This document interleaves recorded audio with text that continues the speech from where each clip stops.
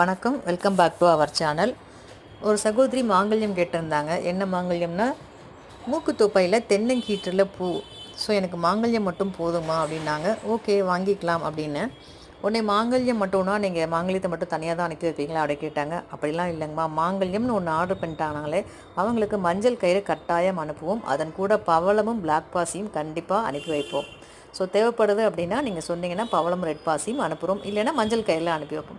எனக்கு அனுப்புறது மட்டும் இல்லைங்க, உங்கள் கையாலேயே கோர்த்து சாமி பாதத்தில் வச்சு வாழ்த்தி எனக்கு அனுப்புங்க அப்படின்னாங்க. ஸோ அவங்களோட விருப்பப்படியே நம்ம மாங்கல்யம், பவளம், பிளாக் பாசி எல்லாத்தையும் கோர்த்து அழகாக பிரம்ம முடி போட்டு அம்மன் பாதத்தில் வச்சு அவங்க தீர்க்க சுமங்கலியாக சந்தோஷமாக நோய் நொடி இல்லாமல் ஆரோக்கியமாக தம்பதியர் ஒற்றுமையாக வாழணும் அப்படிங்கிறத வேண்டிட்டு கடை சார்பாகவும் சேனல் சார்பாகவும் என் சார்பாகவும் அவங்களுக்கு வாழ்த்திட்டேங்க.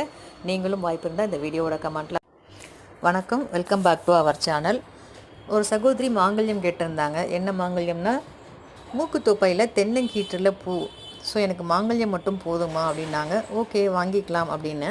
உடனே மாங்கல்யம் மட்டும்னா நீங்கள் மாங்கல்யத்தை மட்டும் தனியாக தான் அனுப்பி வைப்பீங்களா அப்படி கேட்டாங்க. அப்படிலாம் இல்லைங்கம்மா, மாங்கல்யம்னு ஒன்று ஆர்டர் பண்ணிட்டாங்களே அவங்களுக்கு மஞ்சள் கயிறு கட்டாயம் அனுப்புவோம். அதன் கூட பவளமும் பிளாக் பாசியும் கண்டிப்பாக அனுப்பி வைப்போம். ஸோ தேவைப்படுது அப்படின்னா நீங்கள் சொன்னீங்கன்னா பவளம் ரெட் பாசியும் அனுப்புகிறோம், இல்லைன்னா மஞ்சள் கயிறில் அனுப்பி வைப்போம்.